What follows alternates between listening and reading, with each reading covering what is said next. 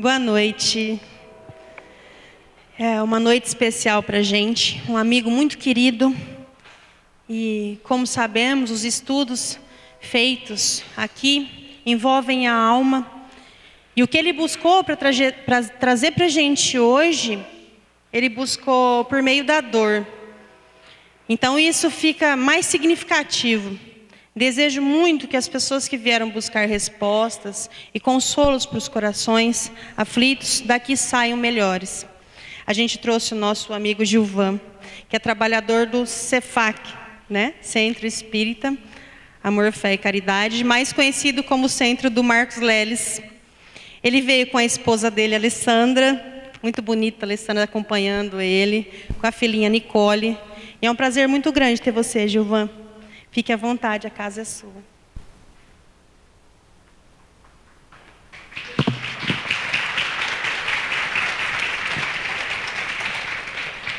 Queridos amigos de Ideal Espírita, boa noite.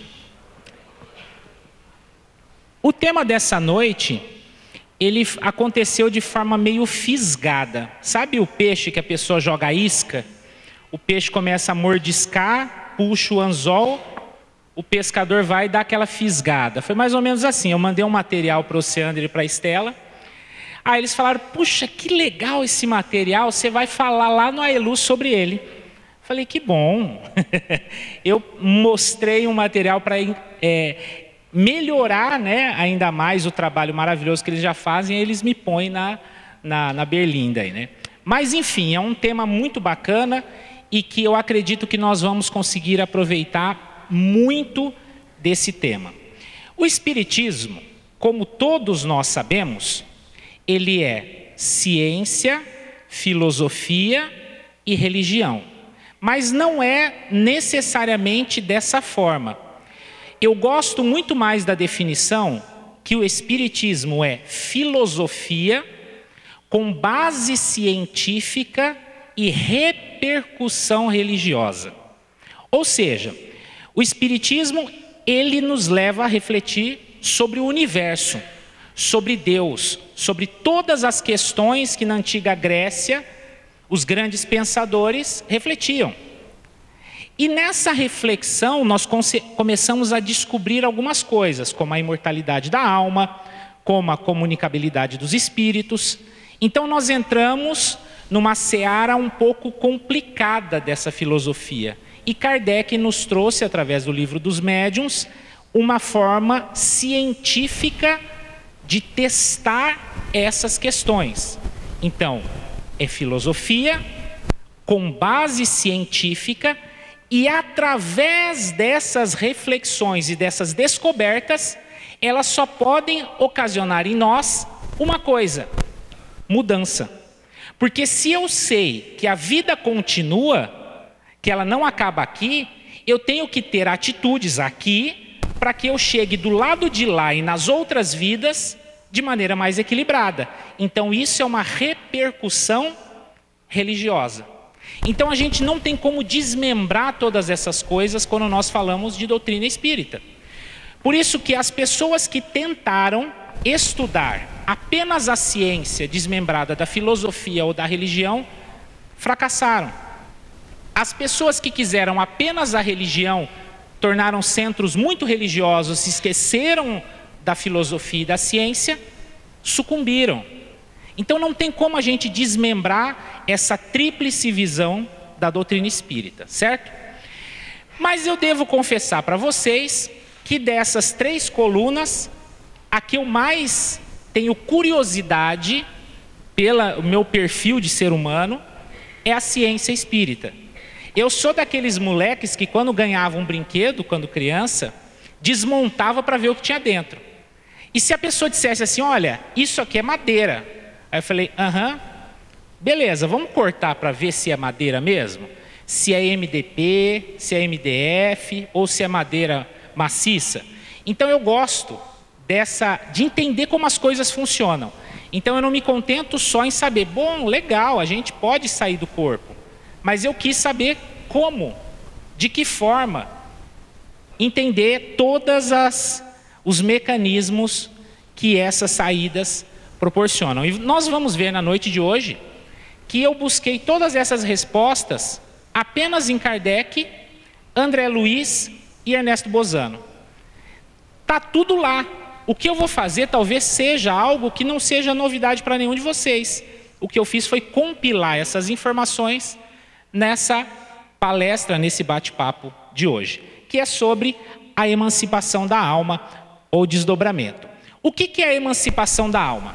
Chama-se emancipação da alma o desprendimento do espírito encarnado, possibilitando afastar-se como momentaneamente do corpo físico.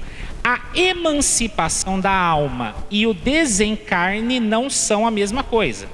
O desencarne é a emancipação final, você não volta mais para aquele corpo. Agora, a emancipação é momentânea, são as nossas saídas do corpo. E aí a gente vê, nessa pesquisa que eu fiz, sobre emancipação da alma, desdobramento, que existem mais de 130 sinônimos para esse fenômeno. Porque todas as tradições religiosas estudam esse fenômeno, cada qual com o seu nome específico. Eu trouxe aqui apenas alguns, olha lá, ó. Emancipação da alma, muito mais comum no espiritismo, que Kardec usa esse termo, desdobramento nas obras espíritas também, projeção astral, mais no espiritualismo aberto, né? Viagem astral, ensaio da morte, passeio do além, arrebatamento, que os nossos irmãos evangélicos usam esse termo, experiência fora do corpo, ó que chique, deambulação espiritual, né? Essa noite eu vou fazer uma deambulação espiritual, ó, ninguém me segura. Escapada perispirística, essa daí é mais perigosa, né? Excursão parapsíquica, o cara já está até com o chapéuzinho e a máquina fotográfica no pescoço, né? Experiência assomática, libertação da consciência. Esse aqui é mais sério. Numa universidade, quando você for dar a palestra, você põe o tema libertação da consciência. Aí você é mais erudito, né?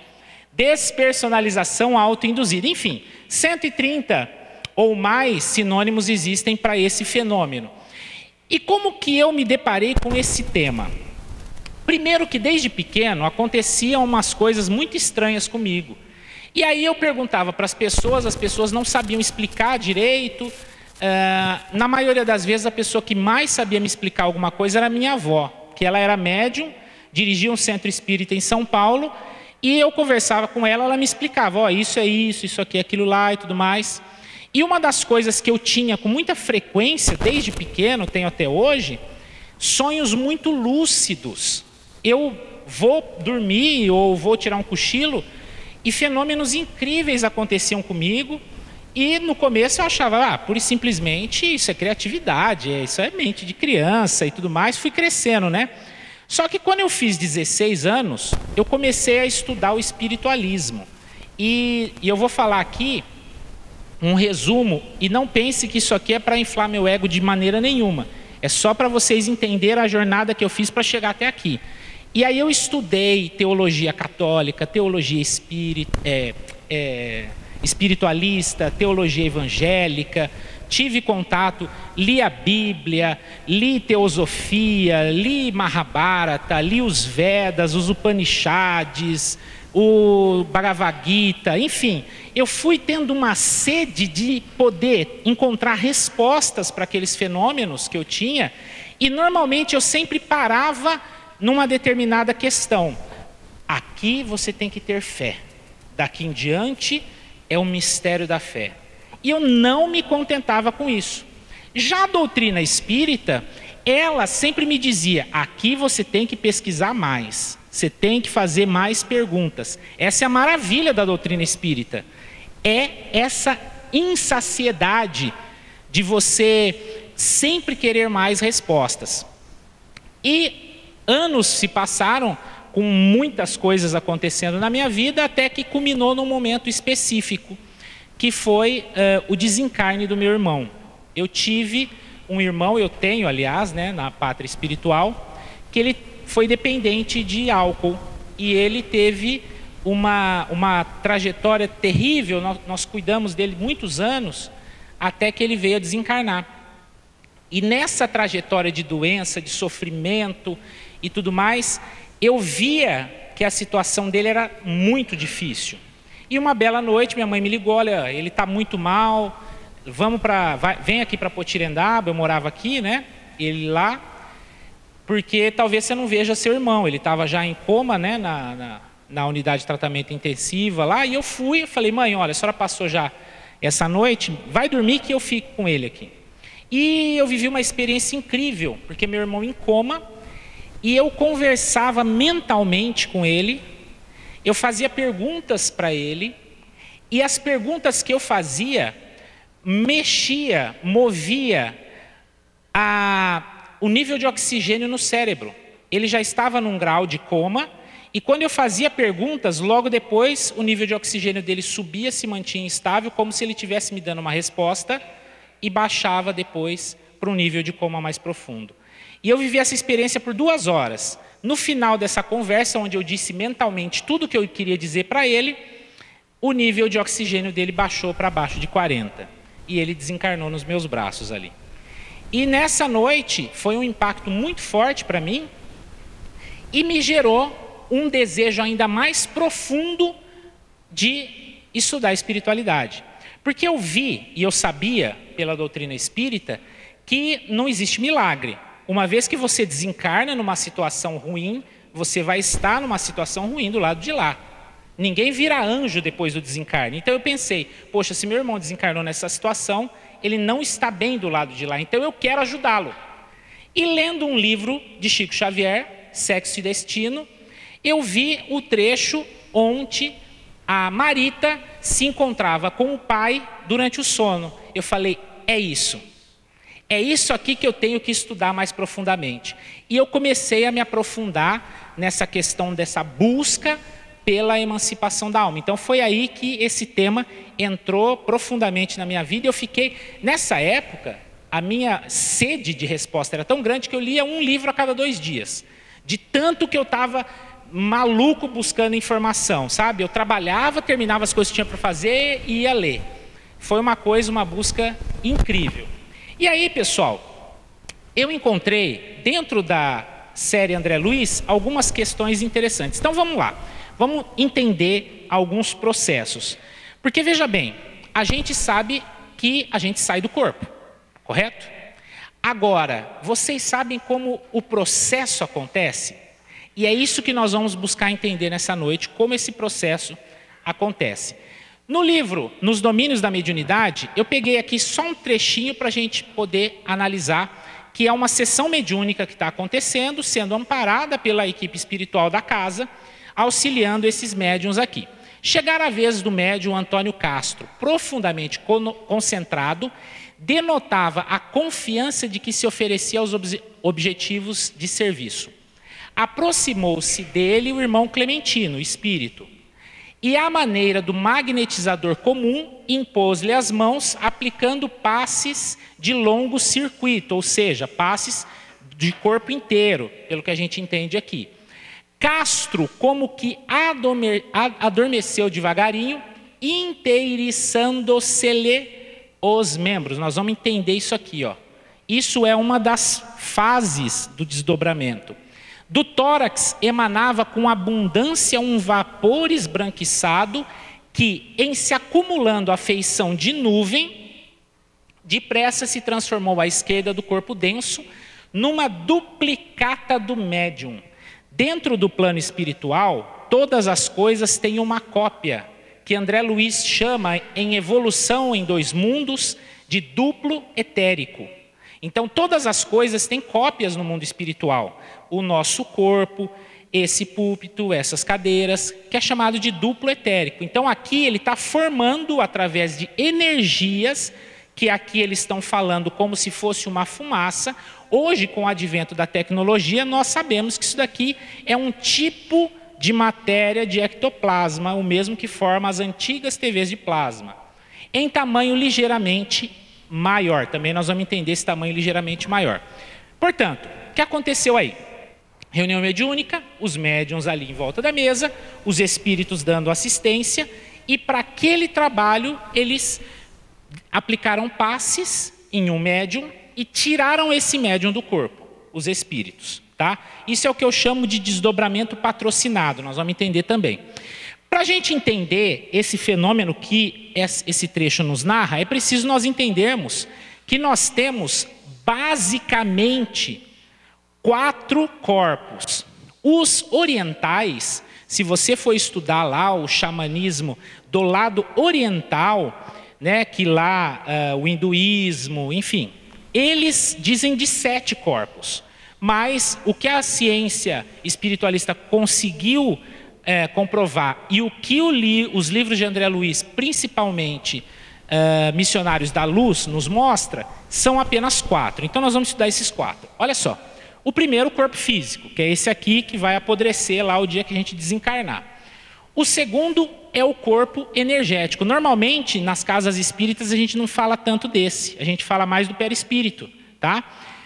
O terceiro, o perispírito, que é o que a gente mais conhece, que ele é a cópia exata do corpo físico, ou vice-versa. Na formação do corpo físico, é o corpo físico que se torna a cópia do perispírito. E depois, o corpo mental. Gilvan, você já está entrando numa área que o espiritismo não diz. Diz, nosso lar diz, vocês vão entender. E o espírito, que é um corpo sem forma. Sabe aquela bonequinha holandesa, acho que é matriosca, né, que chama? Você vai colocando uma dentro da outra. Vamos entender de maneira bem rudimentar que seria mais ou menos isso. Cada corpo se encaixa um dentro do outro. Ou seja, o espírito estaria, entre aspas, não é a melhor definição, contido no corpo mental. O corpo mental contido no corpo isso aqui é teoria de conjuntos de matemática. Primeiro colegial, né, da minha época, hoje em dia é ensino médio. Eu já falei minha idade, né, poxa. Aí, então o perispírito estaria contido dentro do corpo físico. O perispírito dentro do corpo físico. E quem liga o perispírito ao corpo físico é o corpo energético. É importante nós entendermos isso. Se não houvesse as nossas energias, que os esotéricos talvez chamariam de aura, nós não permaneceríamos com o perispírito acoplado. Não é necessariamente dentro.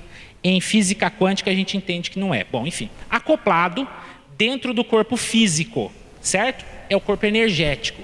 Quando esse corpo energético se sutiliza, como na passagem nos domínios da mediunidade, ele vai se sutilizando, como um vapor, ele fala ali, não é? Quando esse corpo energético se sutiliza, ele libera o perispírito. É aí que acontece a saída do corpo.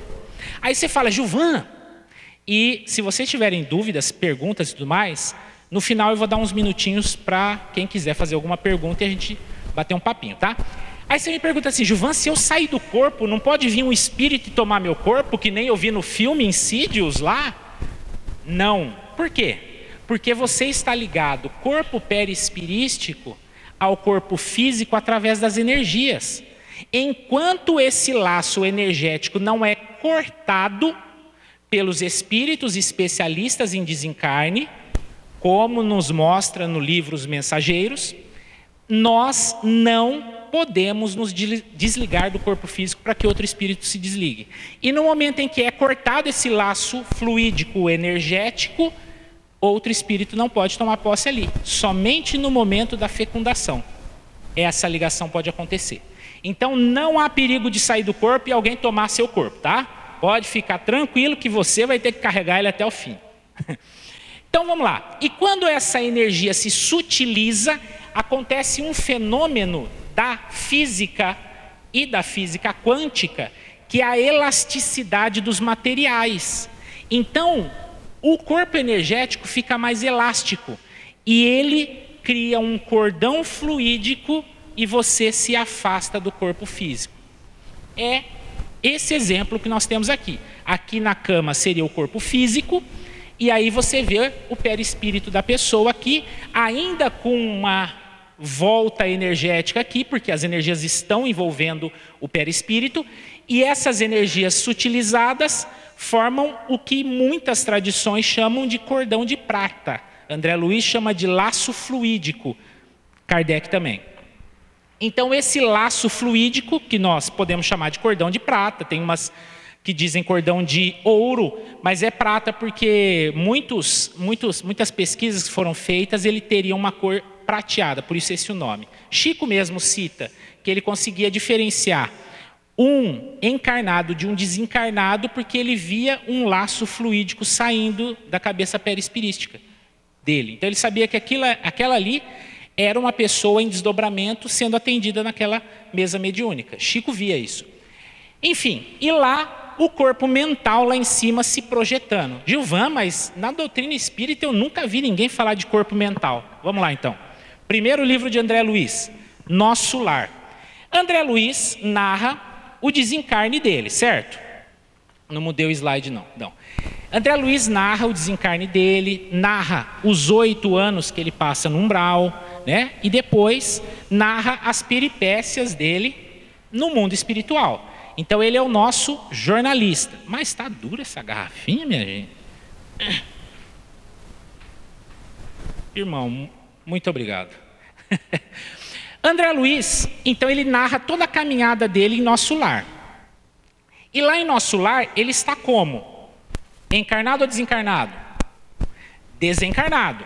Qual é o corpo, qual é o veículo de manifestação que ele está usando em Nosso Lar? O perispírito. Ele não tem mais esse campo energético que liga o perispírito ao corpo. Então ele só está em perispírito, corpo mental, espírito. Beleza. Lá em Nosso Lar, então ele não tem corpo físico. Mas olha o fenômeno que acontece com André Luiz. Lá nas câmaras de retificação, existe uma sala anexa, que aqui no mundo físico a gente chama de conforto médico. Nos hospitais, os médicos têm um quartinho que quando eles passam a noite lá, eles podem dormir, né? Lá em Nosso Lar também tinha o conforto médico. Então ele está lá trabalhando nas câmaras de atendimento lá, os desencarnados, recém-chegados a Nosso Lar, e depois de muito trabalho ele se cansava, porque ainda ele não era um espírito evoluído, né? Porque o espírito evoluído não precisa descansar. Mas André Luiz de vez em quando tirava uma sonequinha ali em Nosso Lar. Olha só, ele foi para essa salinha e foi tirar um cochilo lá. Daí em instantes, sensações de leveza invadiram minha alma toda e tive a impressão de ser arrebatado em pequenino barco. Esse pequenino barco também nós vamos entender, tá? Tem explicação. Rumando a regiões desconhecidas. Para onde me dirigia? Impossível responder. Passa um pedacinho e depois vem lá. O sonho não era propriamente qual se verifica na Terra. Eu sabia perfeitamente, porque lá ele já tinha essa lucidez, que deixara o veículo inferior no apartamento das câmaras de retificação, em Nosso Lar. E tinha absoluta consciência daquela movimentação em plano diverso. Minhas noções de espaço e tempo eram exatas. Se André Luiz está desencarnado, em Nosso Lar só está em perispírito, ele saiu em corpo mental. André Luiz se desdobrou, já estando no plano espiritual. Então isso mostra que existem planos ainda mais sutis que a gente não tem conhecimento. Pelo menos as obras que nós temos contato não nos explicam profundamente esses planos em que você se movimenta de maneira mais leve, de maneira diferente e de maneira mais precisa. Então André Luiz se desdobra de perispírito em corpo mental. Ele deixa o corpo perispirítico lá em Nosso Lar. Interessante, né? Então tá aí. Para nós entendermos como o fenômeno acontece, a gente tem que entender que o nosso corpo, isso vocês já sabem, ele é formado de energias que ligam perispírito ao corpo físico. Mas em determinados pontos do nosso corpo, eles têm algumas conexões. Para quem é da área técnica, né, de tecnologia, são conexões, Wi-Fi ali, né? Meio diferente. São pontos onde a energia está mais forte ou mais densificada. Não seriam os termos corretos para isso, mas enfim, que são os centros de força.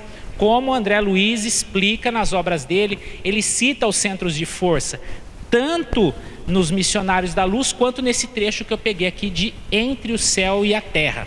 E ele cita basicamente 7 pontos, 7, como dizem os orientais ou as doutrinas espiritualistas, 7 chakras, que são posicionados com as glândulas endócrinas. Ou seja, a química do nosso corpo físico influencia as energias do nosso corpo energético, que por consequência influenciam o corpo perispirístico. As doenças acontecem nesse processo.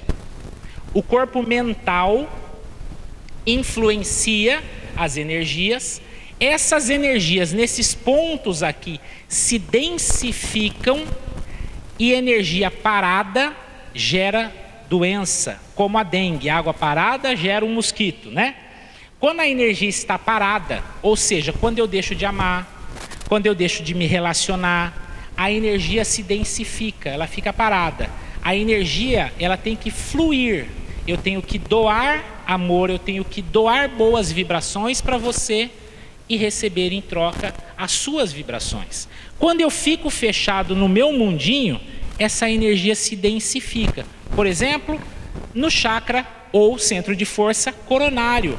E nós começamos a ter nódulos, nós temos formações que vão se formando no cérebro. Então a pessoa começa a ter um tumor cerebral e não sabe de onde veio.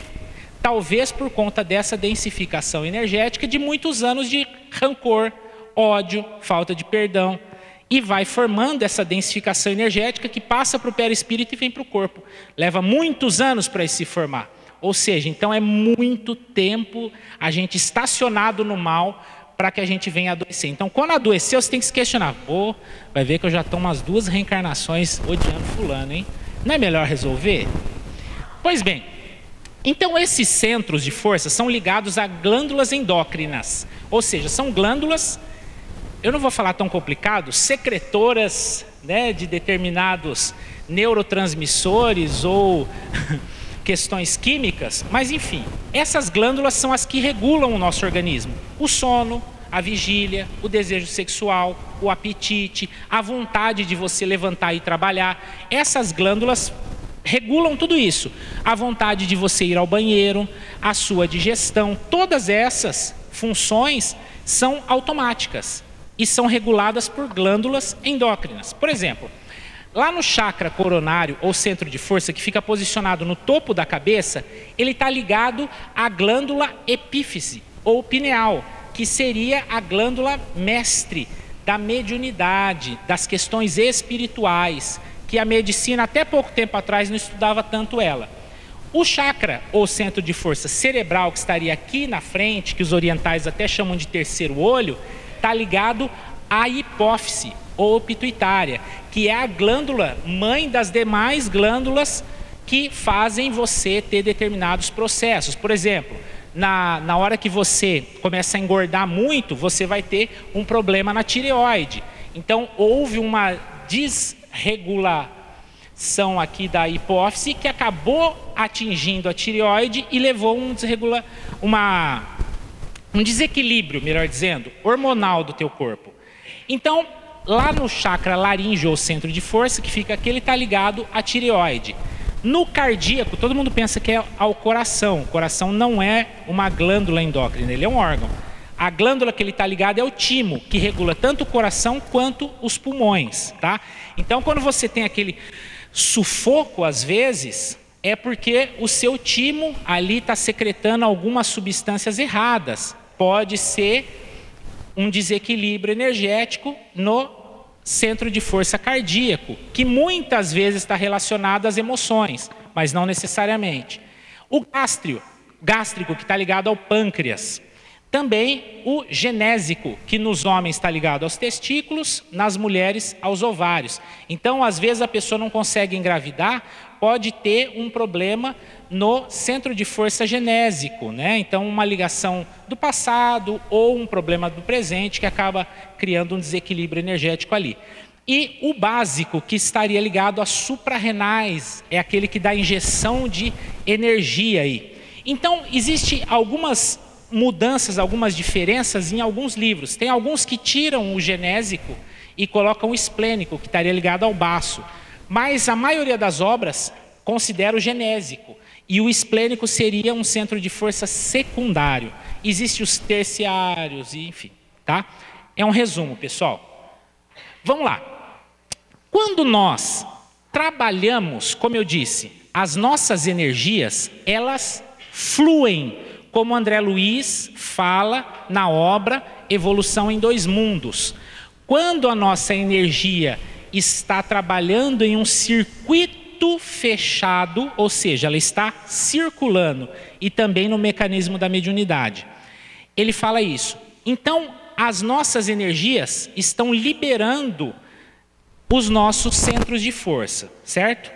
Então, para que essa saída do corpo aconteça, é preciso que você faça uma movimentação dessas energias constante, ela vai gerar uma melhoria nos centros de força e essa energia vai sutilizar e haver o desprendimento. Gilvan, mas espera aí.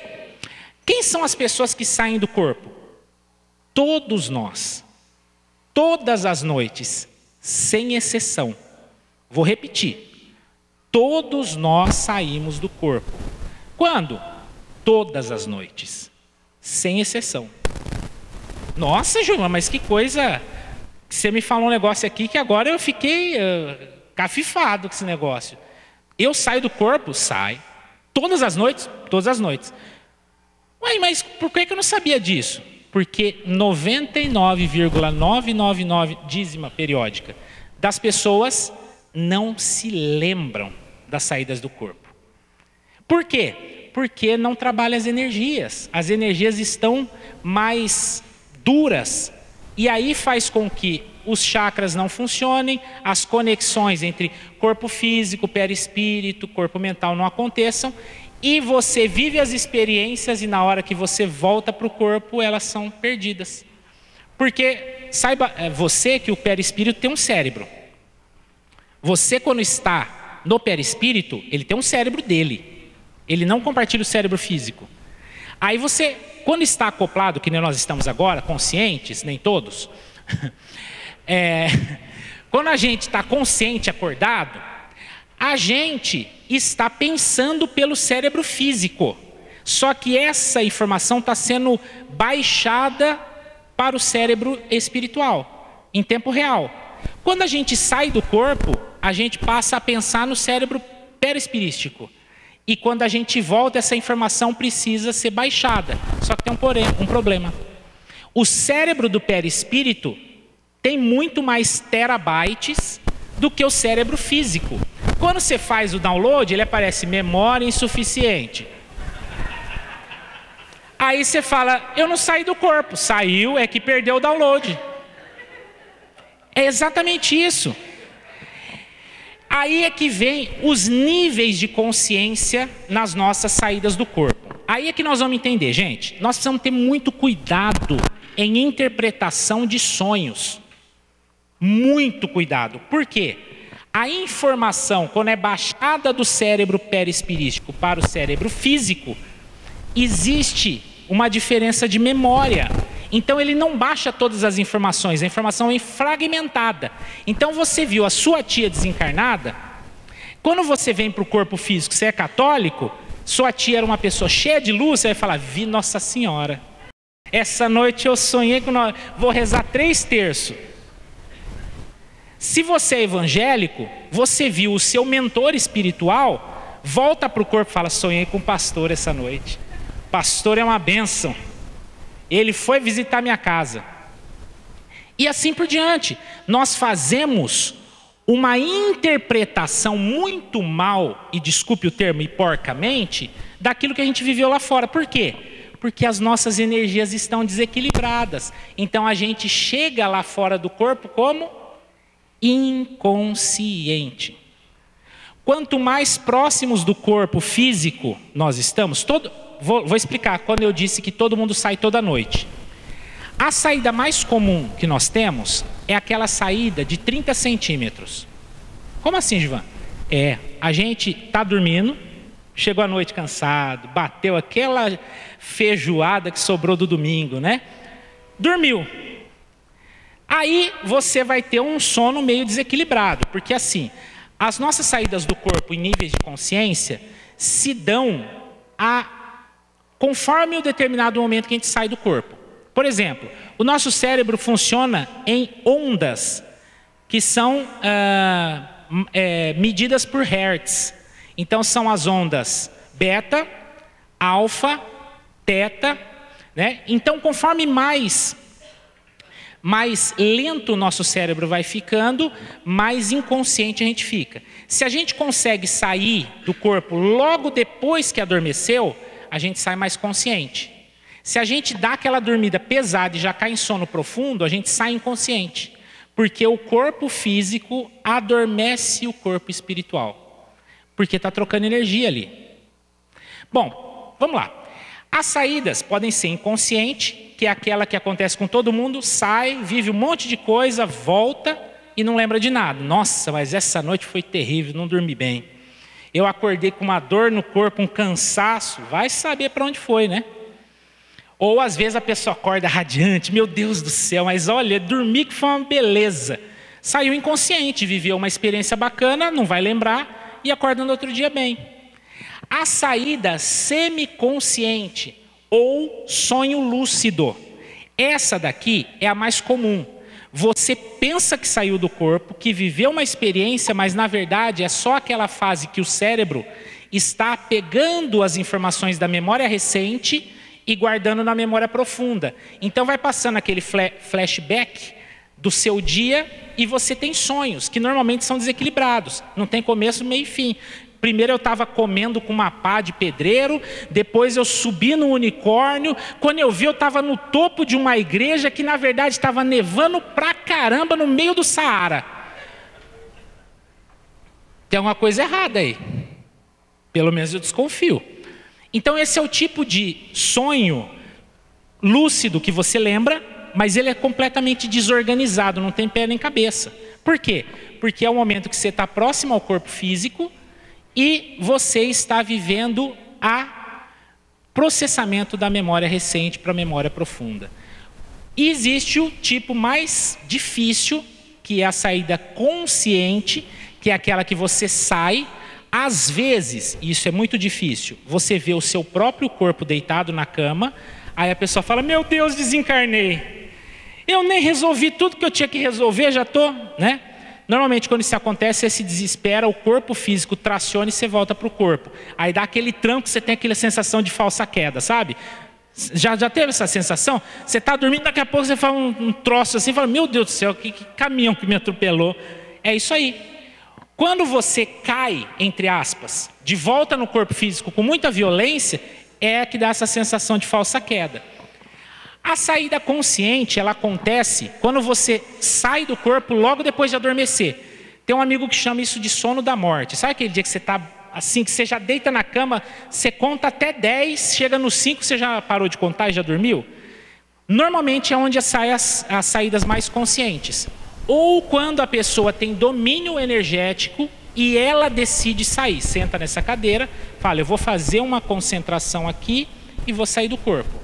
Essa é a saída consciente. E aí não tem lapso de tempo nenhum. Você sai, vê o corpo, vive as experiências todas, volta para o corpo e traz normalmente muito dessa experiência. Essas são as experiências normalmente narradas em todo o espiritualismo. Santo Agostinho, Santa Teresa d'Ávila, todos esses grandes místicos da Igreja Católica têm livros imensos sobre isso.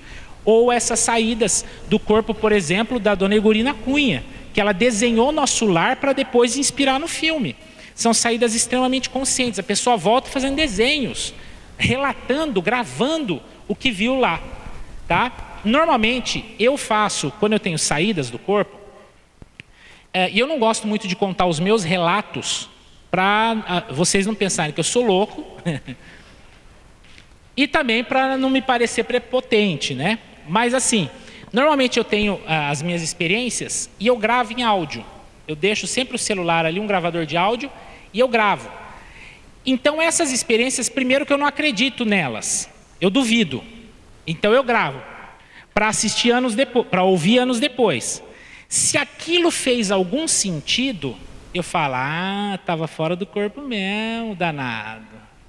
Se não faz sentido, então foi uma saída semiconsciente e aquilo foi apenas um sonho lúcido. Foram criações da minha mente. Tem como diferenciar? Tem. Através do trabalho energético, isso aí daria um seminário. Mas vamos lá. Para você fazer o trabalho com as energias, basicamente você tem que fazer 3 coisas. Exteriorização, que são o que os passistas fazem quando vão dar o passe. Absorção, que é aquilo que a gente faz quando recebe o passe. E movimentação energética, que é a nossa conduta na vida que faz com que a nossa energia permaneça circulando. Existem técnicas, e eu não vou entrar nisso aqui, que você faz por concentração mental uma movimentação consciente e ordenada. Isso tem pesquisado, inclusive, em aparelhos de ressonância magnética funcional, que é aquela que mede as ondas energéticas no cérebro em movimento. Então, existem pesquisas nos Estados Unidos a respeito disso, mas não vou entrar nesse tema, porque é muito longo. Tá? Então, existem técnicas que você faz para sair consciente. Você fala, vou sair do corpo hoje, vou fazer alguma coisa e vou seguir o barco, né? Que é o que eu fazia com o meu desejo de ajudar meu irmão, né? Então, eu tive várias experiências, vários encontros com ele, acompanhei a assistência espiritual dele, até que ele aceitou. Ele ficou 5 anos sem aceitar ajuda, vivendo em regiões do umbral. E nas minhas saídas do corpo, às vezes, com a ajuda dos benfeitores, eu tinha contato com essa situação. Então eu fiquei muitos anos orando por ele, para ele se recuperar do lado de lá. Então isso aqui é um processo. Existem 3 tipos de saída do corpo. A espontânea, que é a que acontece normalmente quando a gente dorme. Você não quer, não está pensando nisso, deita, dorme, meu Deus, estou fora do corpo. Existe a voluntária anímica, ou seja, aquela que eu decidi, vou sair do corpo, vou fazer uma prece hoje, vou dormir bem equilibrado, eu quero ver o obsessor que mora na minha casa. É a voluntária, você decidiu, né? Tem gente que gosta de conversar com o obsessor, ou quero ver o benfeitor, enfim. E a patrocinada, que eu chamo, que é aquela realizada pelos amigos espirituais em nós. Então eles fazem a movimentação energética que a gente não conhece, usa as técnicas e tira a gente do corpo. Eu tive uma experiência que eu vou contar aqui no finalzinho para vocês, muito legal desse patrocinado. Aqui tem um videozinho tirado do filme, eu vou passar 3 videozinhos curtos de 30 segundos. Esse aqui foi tirado do filme Doutor Estranho, que é um filme da Marvel, tal, muito bacana. E ela mostra uma saída patrocinada, o benfeitor tirando o cara do corpo. Resumindo o filme, o cara era um médico, um cirurgião, um neurocirurgião famosíssimo. Ele sofre um acidente e lesa as mãos. E ele, em busca da cura, vai para o Oriente, se eu não me engano, ele vai para o Nepal, e lá ele conhece um mestre ascensionado que ensina os princípios espirituais para um ateu. E ele já chega de uma maneira bem sutil, que é isso aqui, ó. O mestre. Olha lá, bem sutil.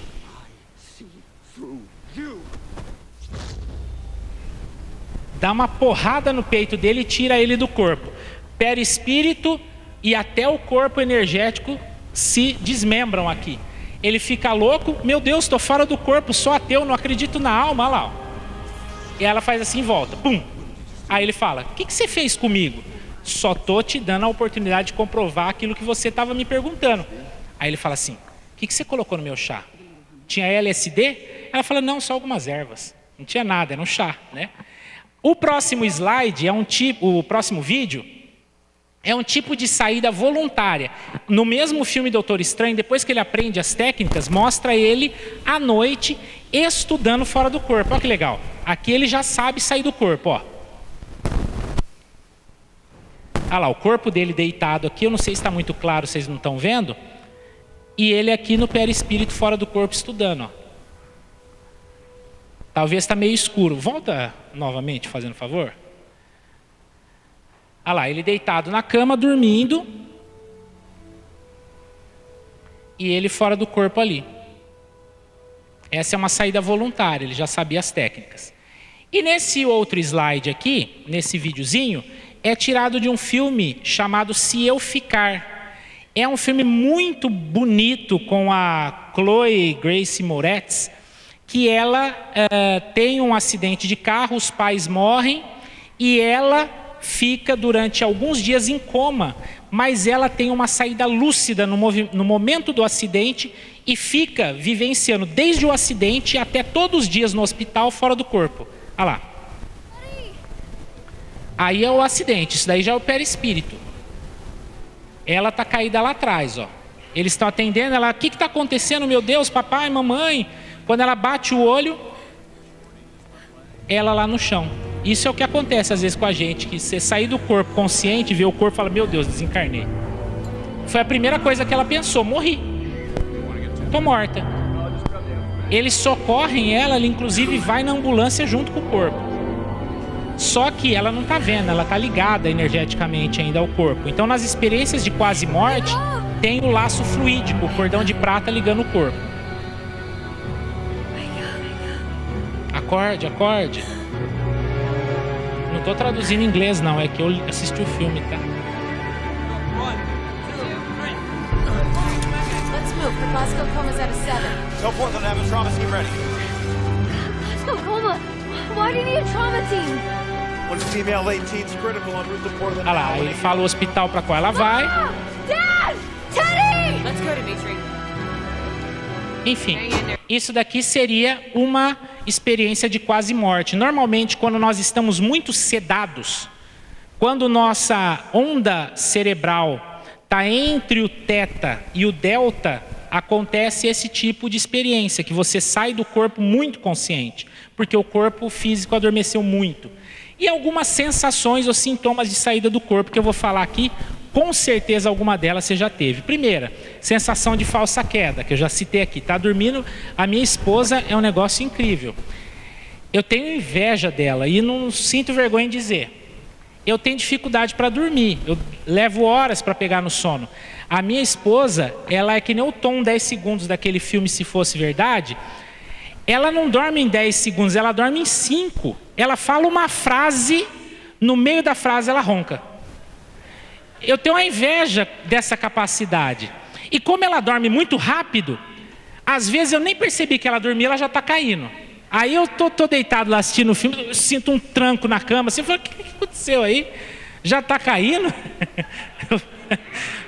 É por causa disso, né? Você sai 30 centímetros e cai bruscamente. É por isso que dá essa sensação de falsa queda. Outra, catalepsia projetiva, ou catalepsia do desdobramento, que é a paralisação do corpo. Você já teve a sensação de estar sonhando, de repente você acorda, tenta se mexer e não mexe um membro. Aí se você fosse evangélico, já falava, o demônio segurou meu corpo. Pastor, precisa fazer uma oração braba para mim. O obsessor me amarrou na cama essa noite. Não, isso é um fenômeno biológico. O nosso cérebro, como eu disse, ele muda de frequência energética de ondas beta, alfa, teta, delta. E às vezes quando você volta para o corpo, você está consciente no corpo espiritual, pensando pelo cérebro do perispírito. Só que o corpo está dormindo. Então você não está agindo no corpo físico. O corpo está parado. É uma catalepsia orgânica. O corpo está parado lá, porque ele está dormindo. E você está acordado no corpo espiritual. Aí você pensa que acordou no corpo físico. Aí fica aquela coisa e não mexe, nada. Se você tivesse consciência dessa sensação, é a forma mais fácil de sair voluntariamente do corpo. Se você relaxar ao invés de se desesperar e fazer um movimento para frente, você levanta. Conscientemente vê o corpo. Enfim, não vou entrar nisso aqui. Balonamento. Isso aqui o Chico era mestre. Balonamento é um termo francês cunhado por pesquisadores europeus, que é o ato da expansão da aura. Quanto mais sutis, mais evoluídos nós somos, mais a nossa aura se expande. A média das pessoas é 40 centímetros de aura, de raio. O Chico, dizem alguns pesquisadores, que ele tinha de 2 metros. Então ele abraçava a sala. Então quando você está em oração, concentrado, as suas energias elas se expandem. E você começa a sentir uma sensação como de pressão alta ou a cabeça inchando. Você sente uma expansão. Por isso que lá no livro, no começo, ele fala em forma ligeiramente maior. É esse ato aqui de balonamento. E às vezes você sente tontura. Se você está dormindo e a cama, você não bebeu na noite anterior, é claro, e a cama começa a girar, é esse trabalho energético que está acontecendo. É a tua aura se expandindo. Então você pensa que está tendo, ai meu Deus, eu preciso ir no médico amanhã, que eu estou tendo labirintite. Não é. Às vezes é labirintite, é claro, né? Às vezes não, é energia. Estado vibracional, sensação de choque. Às vezes você está dormindo ou relaxado ou numa prece, você sente um choque, tum, forte. Você fala, meu Deus do céu, está chovendo e raio seco, né? Não chove, mas eu estou tomando um tranco aqui, que é mais incomum. Esse daqui é o mais comum. Em segundo lugar, é essa paralisia do sono aí, tá bom? E aí, você pensa assim, mas Gilvan, para que eu vou sair do corpo? Você tem alguns motivos muito legais. Primeiro deles, amparo espiritual. Espíritos desencarnados, muito ligados à carne. Eu não estou conseguindo ver aquele relógio ali, porque eu acho que a visão já está. Então eu vou olhar no meu aqui, tá? Espíritos muito ligados à carne, eles não conseguem ter contato com os espíritos superiores de amparo. Por isso que existem os centros espíritas, reuniões mediúnicas, porque esses espíritos conseguem muito mais fácil contato com nós encarnados do que com espíritos superiores. O espírito superior vê o inferior, mas o inferior não vê o superior. Se o superior não se densificar, e às vezes é muito difícil, por isso que eles são mais próximos de nós encarnados. Então, às vezes, eles precisam de encarnados desdobrados para fazer algum trabalho no plano espiritual. Então, um dos principais motivos, que é o que eu queria para o meu irmão, é o amparo espiritual. Aprendizado. Você pode fazer cursos no mundo espiritual. Você pode participar de palestras. É incrível, pode estudar para a prova. Se você, que nem o Doutor Estranho lá, estava lendo o livro, você vai mais rápido. 8 horas a mais todo dia? Meu Deus do céu. Mas isso é muito complexo. Ou fortalecimento da fé. Eu sempre digo o seguinte, não acreditem em absolutamente nada do que eu disse para vocês até agora. Tire as suas próprias conclusões. Faça as suas experiências. Estude, leia, arrisque-se. Vá atrás de conhecimento. Frequente um centro espírita, aprofunde-se e tire as suas conclusões. Dentro dessa seara de desdobramento, daria para a gente fazer um seminário enorme sobre isso. E aí vocês entenderiam que através das experiências que a gente vai tendo, a gente passa a não crer. Eu não tenho fé. Eu tenho convicção, certeza das coisas. Porque você vive experiências. Essa é a diferença. A gente não precisa ter necessariamente fé. Crer no impossível. Crer naquilo que a gente não vê. Não, vamos buscar ver, ué. Por que não? Então, um dos motivos também, a fé, né? Para encerrar agora, eu queria contar uma experiência minha. Eu disse que eu normalmente não conto essas experiências, mas há mais ou menos uns 3 anos atrás, eu caminhando no centro, como a Estela disse, eu caminho lá com o Dr. Lelis. Então a gente vai no centro, a gente trabalha lá, procura melhorar a nossa sintonia, fazer prece em casa, evangelho no lar, aquela coisa toda, a gente tenta melhorar um pouquinho nessa encarnação, né? E por isso a gente vai ganhando amigos espirituais. Todo mundo que frequenta um centro espírita tem o amparo da equipe espiritual daquele centro. E a equipe desse centro aqui é muito bacana, muito grande. Então pode ter certeza que diante das suas aflições, das suas angústias, os amigos espirituais abençoados por Jesus estão sempre conosco. E na casa que eu frequento, os amigos espirituais sempre nos amparam quando a gente precisa. A gente ora, pede o auxílio deles, eles estão lá firme e forte. Numa bela noite, 3 anos atrás, eu me vi lúcido fora do corpo e vi que tinha sido uma saída patrocinada. Quando eu saio do corpo, no meu quarto, 3 amigos espirituais estavam lá me tirando do corpo. eles me pegaram, me levaram até a nossa casa espírita, e lá eles disseram para mim que eu tinha que amparar um espírito que estava lá.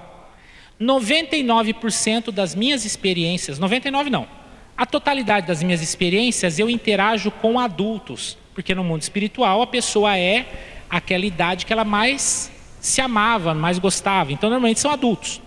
Nunca interagi com crianças. E eu cheguei naquele centro espírita e fui atender uma menina que me parecia por volta dos 3 anos de idade. E eles me colocaram sentado para eu conversar e dar uns passes. Não lembro de toda a experiência. Eu só lembro da feição da menina e que essa menina se chamava Nicole. Eu tive essa experiência, gravei em áudio, como eu tenho o hábito, e deixei lá. Anos depois, 2 anos depois, a minha mulher teve uma queimação no estômago. Tomando anticoncepcional, bonitinho, teve uma queimação. Aí a amiga dela falou assim: ô Alessandra, quando eu fiquei grávida do meu filho, eu tive uma queimação. Ela falou: não é possível, a gente não está planejando nada, tanta coisa que a gente está vendo antes, né? Foi fazer o teste, grávida. Naqueles dias ou meses, não me lembro, eu tive outra saída patrocinada e interagi novamente com essa menininha. E a equipe espiritual que estava lá comigo disse: essa menina, Gilvan, que você conheceu 2 anos atrás, é a sua filha, é a Nicole. Foi uma experiência incrível para mim, que antes da Alessandra fazer teste para saber se era menina ou menina, eu já sabia que era menina. E aí eu falei para ela: você topa colocar o nome de Nicole, que é o nome que eu a conheci? Ela falou: topo. E nós colocamos o nome de Nicole. E é exatamente a menininha que eu tive contato naquela emancipação da alma. Então, quando nós estamos desesperados pela perda de um ente querido, ou querendo ajudar alguém que está do lado de lá, ou querendo aprender, amigos, tenha certeza, nós temos muitas oportunidades de ter contato com esses entes queridos, porque eu sempre digo, não é porque desencarnou que eu deixei de amar. Tem gente que fala assim: Deus me livre, morreu, não quero saber mais. Não, eu quero. Ué, eu amo aquela pessoa, por que eu não vou ter contato com ela? Então foi uma experiência que eu tive com meu irmão, várias, e com a Nicole também, que foi extremamente maravilhosa essa experiência.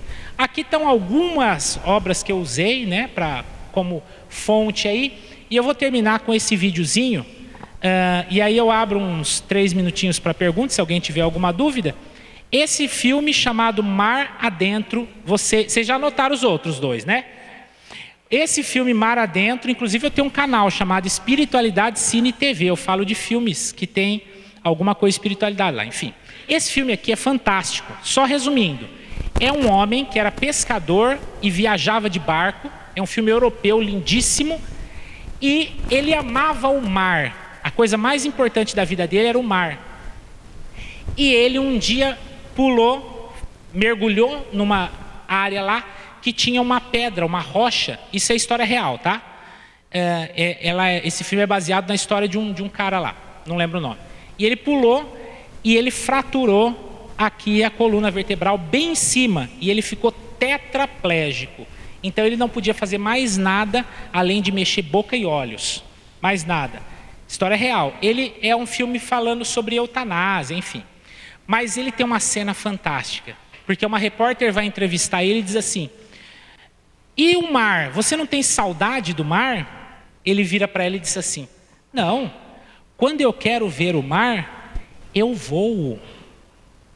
Uma das sensações quando você está fora do corpo também é a volitação, né? Ele fala: quando eu quero ver o mar, eu voo. E aí no filme eles representaram essa cena dele saindo do corpo.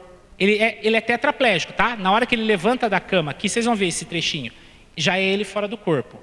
Uma saída consciente. E a música de fundo é uma das músicas que eu mais amo, Nessuna Dorma.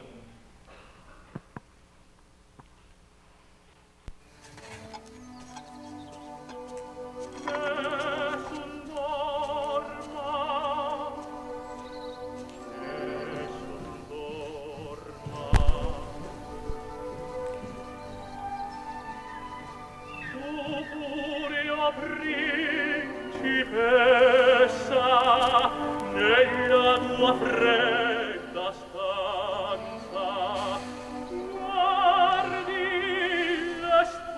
Esse movimento das mãos ele não tem, tá? Já é a saída.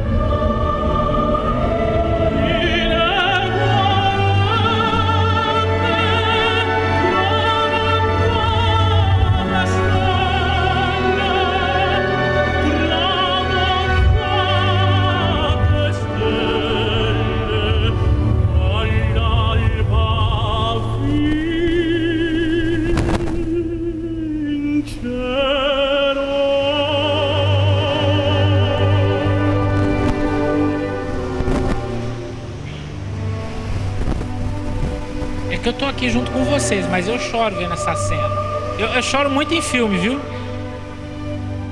E aí ele encontra ela fora do corpo, provavelmente ela dormindo.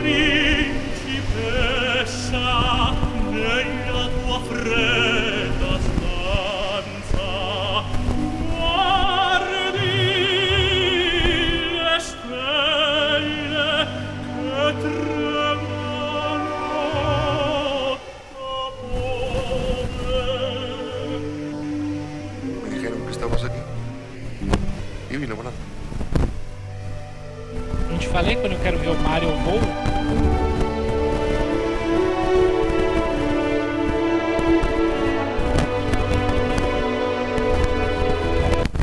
É isso aí, pessoal. Muito obrigado pela atenção.